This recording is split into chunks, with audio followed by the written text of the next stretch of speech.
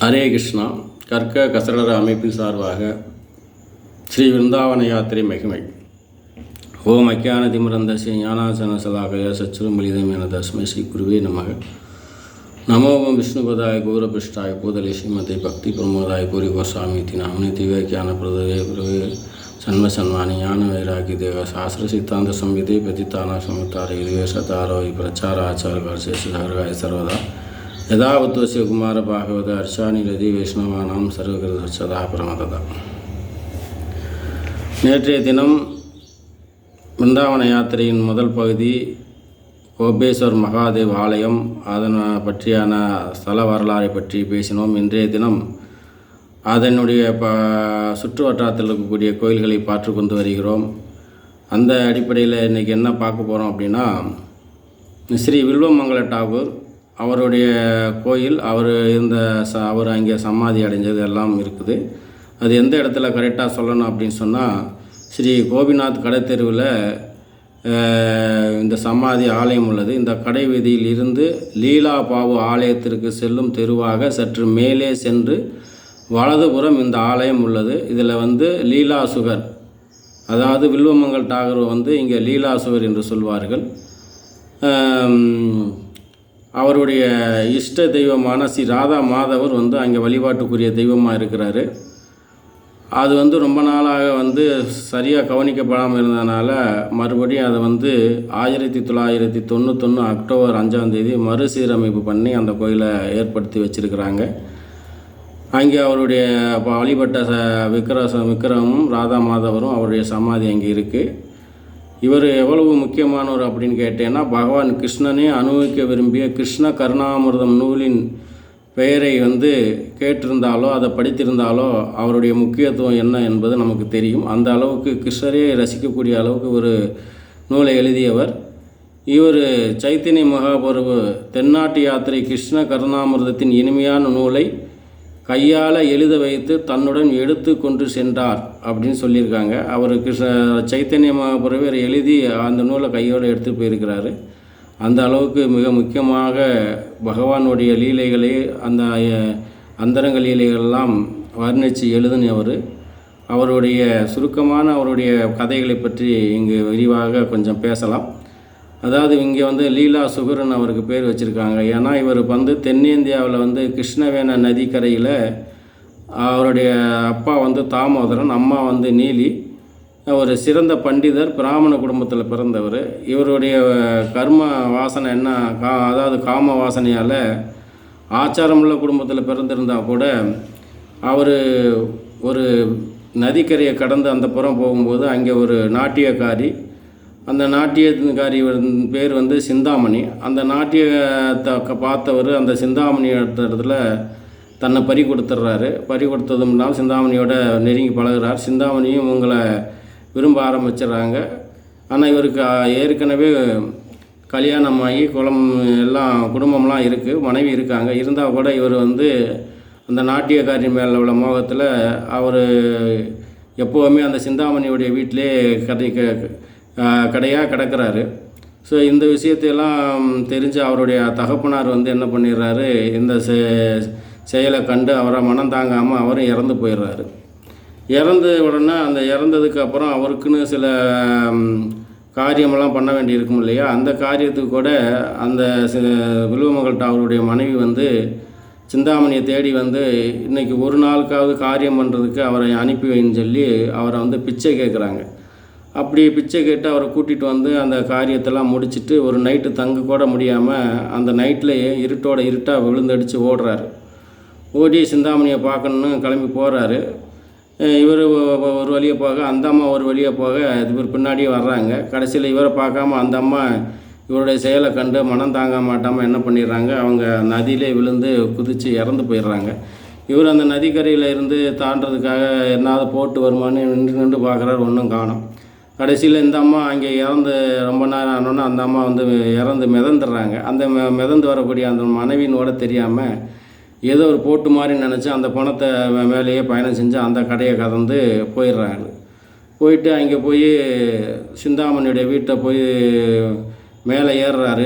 சவர் மேலே ஏறி மேலே போக முயற்சிக்கிறாரு. அங்கே பிடிக்கிறதுக்கு ஒன்றும் இல்லை. அங்கே ஒரு பாம்பு ஒன்று தொங்கிட்டு இருக்குது. அந்த பாம்பை கயிறாக நினச்சி அந்த பாம்பை பிடிச்சி ஏறி உள்ளே குதிச்சிடுறாரு. அந்த கயிறை அவர் இப்போ நினச்சி குதிக்கும்போது அவர் என்ன நினைக்கிறாரு, சிந்தாமணி தான் வருவதற்காக கயிறெல்லாம் கட்டி வச்சுருக்கான்னு சொல்லி அதில் அவருக்கு ஒரு அவர் அது ஒரு புகழ்ச்சியாக பேசிட்டு உள்ளே குதிக்கிறாரு. குதிச்சா உள்ளே ஒரு வீட்டுடைய சாக்கடைக்குள்ளே விழுந்துடுறாரு. சாக்கடையில் விழுந்தோடனே அது விழுந்த சத்தத்தை கேட்டு அந்த சிந்தாமணி வெளியே வந்து பார்க்குறா. இவர் அந்த அழுக்கான சாக்கடையில் கிடக்கிறாரு. எதுக்காக இந்த ராத்திரியில் இந்த அளவுக்கு இவ்வளவு கஷ்டப்பட்டு இப்படி வந்து சாக்கடையில் விழுந்து என்னை பார்க்க வந்திருக்கிற? அந்த அளவுக்கு என்ன இருக்குது என்கிட்ட? எலும்பும் சதையும் மலம் மூத்திரக்கூடிய இந்த உடம்பு மேலே இவ்வளவு அக்கறை காட்டுறீ. இந்த அக்கறையை வந்து ஏன் பகவான் இடத்துல காட்டினா உனக்கு எந்த அளவுக்கு ஒரு நல்ல கெதி கிடச்சிருக்கும் உனக்கு அப்படின்னு சொல்லி அவர் சிந்தாமணி பேசுகிறார். இதை கேட்ட உடனே அவருடைய அந்த பூர்வ வாசனை பகவான்கிட்ட பக்தி பண்ண அந்த நினைவு வந்துடுது. அவர் உடனே பகவான் மேலே ஒரு பக்தி உதித்திருது மனசுக்குள்ள. இப்படி வாழ்நாளை வீணாக்கிட்டோமே இப்படின்னு சொல்லி அவருக்கு மனசில் மாற்றம் ஏற்படுது. சிந்தாமணி சொல்கிறா, சரி இனிமேல் நான் வந்து பகவானுடைய பஜனைக்காக நாளைக்கு நான் காட்டுக்கு போக போகிறேன், நீ உன்னுடைய என்ன செய்யணும்னு முடிவு எடுத்துக்கன்னு சொல்லி சிந்தாமணி சொல்கிறாங்க. இருந்தாலும் அந்த இரவு பூரா பகவானை விட்டு இந்த அளவுக்கு மோசமாக இந்த மாதிரி குடும்பத்தெல்லாம் விட்டு இந்த அளவுக்கு மோசமான ஒரு நிலையை அடைஞ்சிட்டோமே பகவானை நினைக்காமன்னு சொல்லி அந்த நைட்டு இரவு பூரா அழுது பகவான் நினச்சி ரொம்ப அழுது ரொம்ப வருத்தப்படுறாரு. அப்புறம் மறுநாள் சிந்தாமணியோடு சென்று அவர் பஜனைகளெல்லாம் கலந்து பகவானை பற்றி அந்த நினைவிலே ரொம்ப மூழ்கி இருக்கிறாங்க. அப்புறம் அவருக்கு வந்து திடீர்னு விருந்தாவனம் போகணும் அப்படின்னு சொல்லி அவர் விருந்தாவனத்துக்கு கிளம்புறாரு. அதற்கு முன்னாடி சோமநாதர்னு சொல்லக்கூடிய ஒரு வைஷ்ணவரை பார்த்து அவர்கிட்ட வந்து தீட்சை எடுக்கிறாரு. இவருடைய பக்தி பிரவாகத்தெல்லாம் பார்த்து அவர் வந்து இவருக்கு வந்து லீலா சுகர் அப்படின்னு ஒரு பேர் சூட்டுறாரு. பேர் சூட்டி இவருக்கு வந்து தீட்சை பேர் வச்சு இவரை வந்து அனுப்புகிறாரு.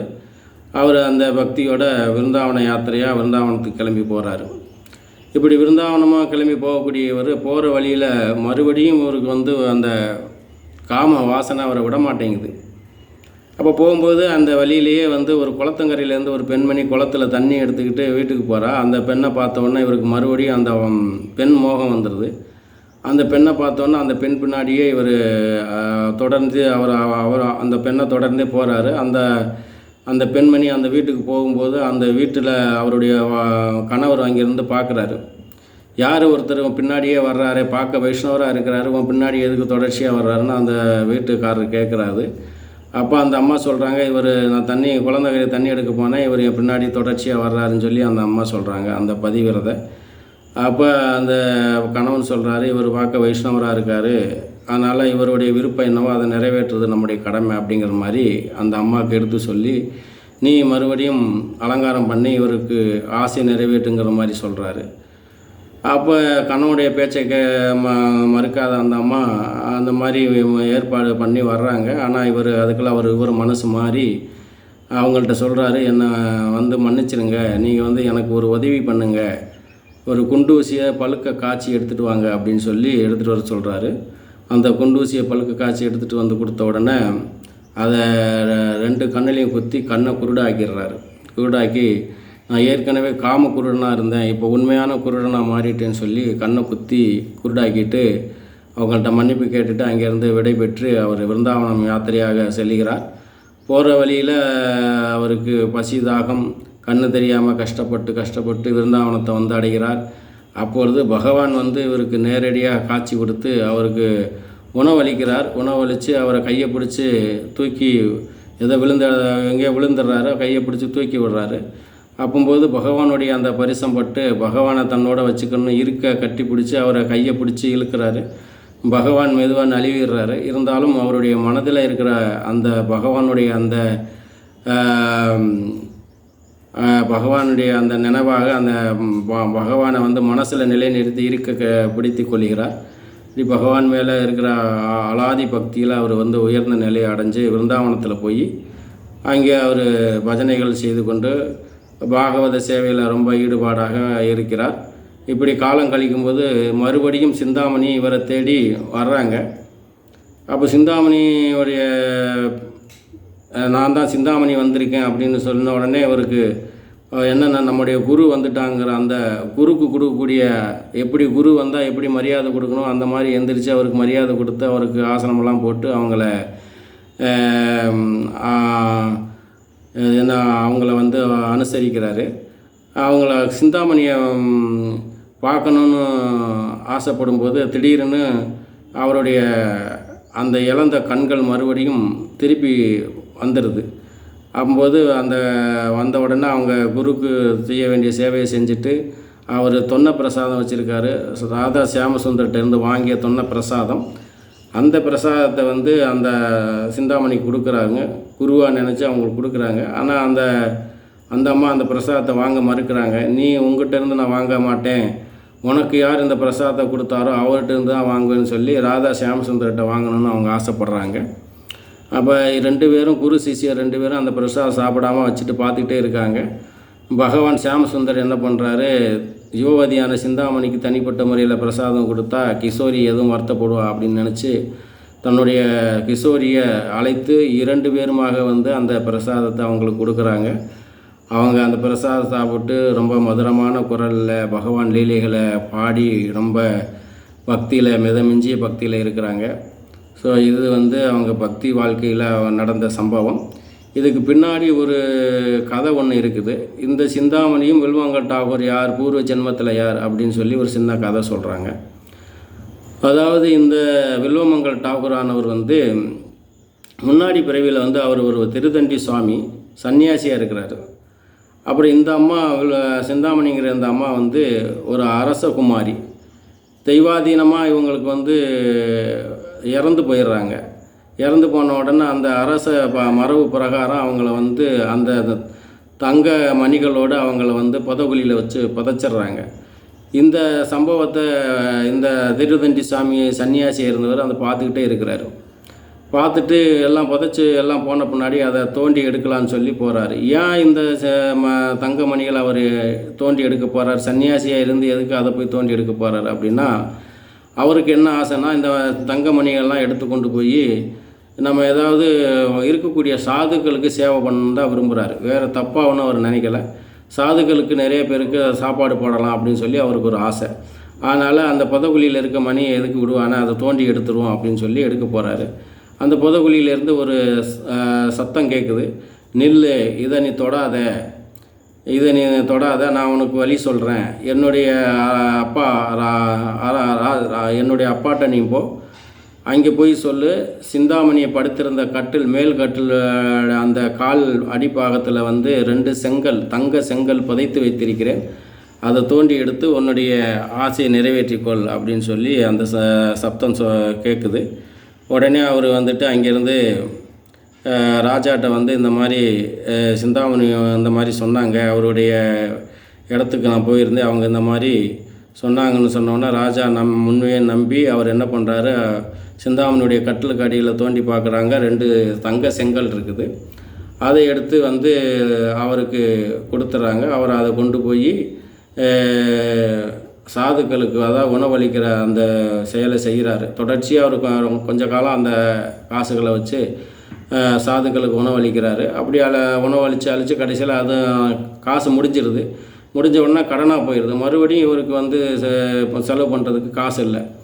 மறுபடியும் என்ன செய்கிறாரு, மறுபடியும் அந்த புதகுலிக்கு ஓடுறாரு. மறுபடியும் அந்த தங்க செயினை எடுத்துடலாம் அப்படின்னு சொல்லிட்டு அந்த புதகுலிக்கு போகிறாரு. போய் புதகுலியை தோண்டி எடுத்துடுறாரு. எடுத்த உடனே அப்புறம் மறுபடியும் அந்த சிந்தாமணிய ஆத்மா அங்கே தான் இருக்குது. அது உடனே சொல்லுது, நீ எதுக்காக இந்த காரியத்தை பண்ணுற, இவ்வளோ மோசமான காரியத்தை எதுக்கு நீ பண்ணுற அப்படின்னு கேட்கும்போது அவர் சொல்கிறார், இது நான் வந்து என்னுடைய தேவைக்காக நான் எடுக்க கிடையாது, இது சாதுக்களுடைய உணவுக்காக நான் எடுத்துகிட்டு போகிறேன் அப்படின்னு சொல்லி சொல்கிறார். அப்போ சொல்லும்போது சிந்தாமணி சொல்கிறாங்க, நீ சாதுக்கள் சேவைன்னு சொல்லி நீ எடுக்கிற, அது 2வது பட்சம். முதல்ல வந்து நீ வந்து இது வந்து தெரியாமல் திருடுறது மட்டும் இல்லாமல் யுவவதியான என்னுடைய அங்கங்களில் பூரா நிர்வாணமாக நீ பார்த்துட்ட, என்னை பர்சம் பண்ணிட்ட. இந்த பாவத்தை நீ அனுபவிச்சு தான் தீரணும். திருடின பாவம், ஒரு பெண்ணை நிர்வாணமாக பார்த்த பாவம், அவங்கள தொட்ட பரிசம் பண்ண பாவம், இதுக்கெல்லாம் நீ தண்டனை அனுபவிச்சு தான் மற்றபடி நீ அதுக்கு அடுத்ததாக நீ வந்து அந்த புண்ணியத்தை அனுபவிக்க முடியும் அப்படின்னு சொல்லி அவங்க ஆத்மா சொல்லுது.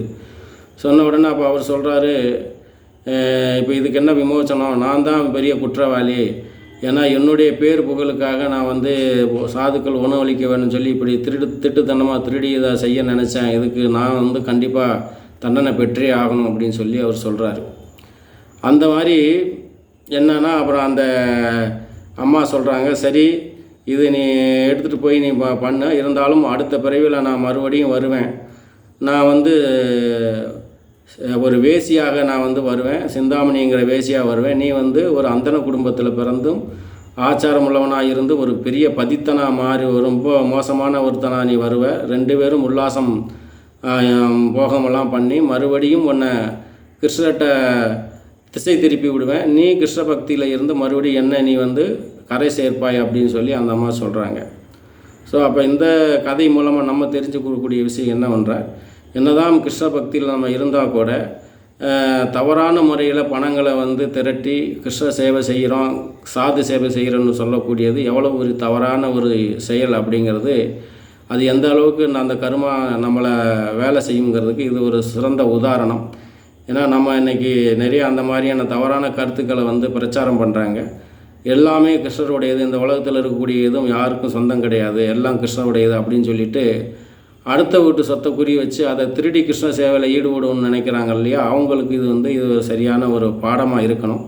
ஏன்னா வந்து வில்வமங்கல் டாகூர் அந்த மாதிரி திருடி சாது சேவை பண்ணி அவர் இந்த மாதிரியான ஒரு பெண்ணுக்கிட்ட மாட்டிக்கிட்டார்.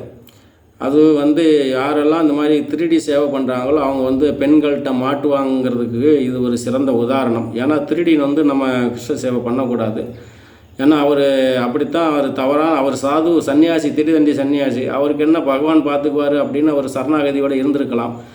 அவர் ரொம்ப புத்திசாலித்தனமாக நம்ம சாது சேவை தானே செய்ய போகிறோம், இது எதுக்கு இந்த புதவுலியில் இந்த தங்கம் சும்மா கிடக்குது, இதையே நம்ம சும்மா உடனே இதை எடுத்து சாதுக்களுக்கு சேவை பண்ணால் நல்லா இருக்குமேன்னு அவர் ரொம்ப புத்திசாலித்தனமாக நினச்சார். அந்த நினைப்பானது கடைசியில் என்ன ஆகிப்போச்சு, கடைசியில் அடுத்த பிறவியில் அந்த அம்மாவோட இருந்து உல்லாசம் அனுபவித்து தன்னுடைய ஆச்சாரம்லாம் விட்டு இந்த மாதிரியான பிறவிகளை எடுக்க வேண்டிய சூழல் ஏற்பட்டது. ஸோ ஆகவே நம்முடைய சிறந்த உதாரணம், திருடி பகவானுக்கு சேவை செய்யும் என்று நினைப்பவர்கள் இந்த மாதிரி பெண்களிடம் மாட்டிக்கொள்வார்கள் என்பதற்கு இது சிறந்த கதையாக அமைந்திருக்கும். ஆகவே இதை பார்த்து நாம் பகவானுக்கு சேவை பண்ணால் சரியான முறையில் நாம் வந்து பணத்தை சம்பாதித்து அதை வந்து யார் தான தர்மம் கொடுக்குறாங்க அவர்கள் மூலமாக நாம் இந்த சேவையை செய்ய வேண்டும் என்பது தான் இந்த கதையினுடைய தாற்பயம். ஹரே கிருஷ்ணா.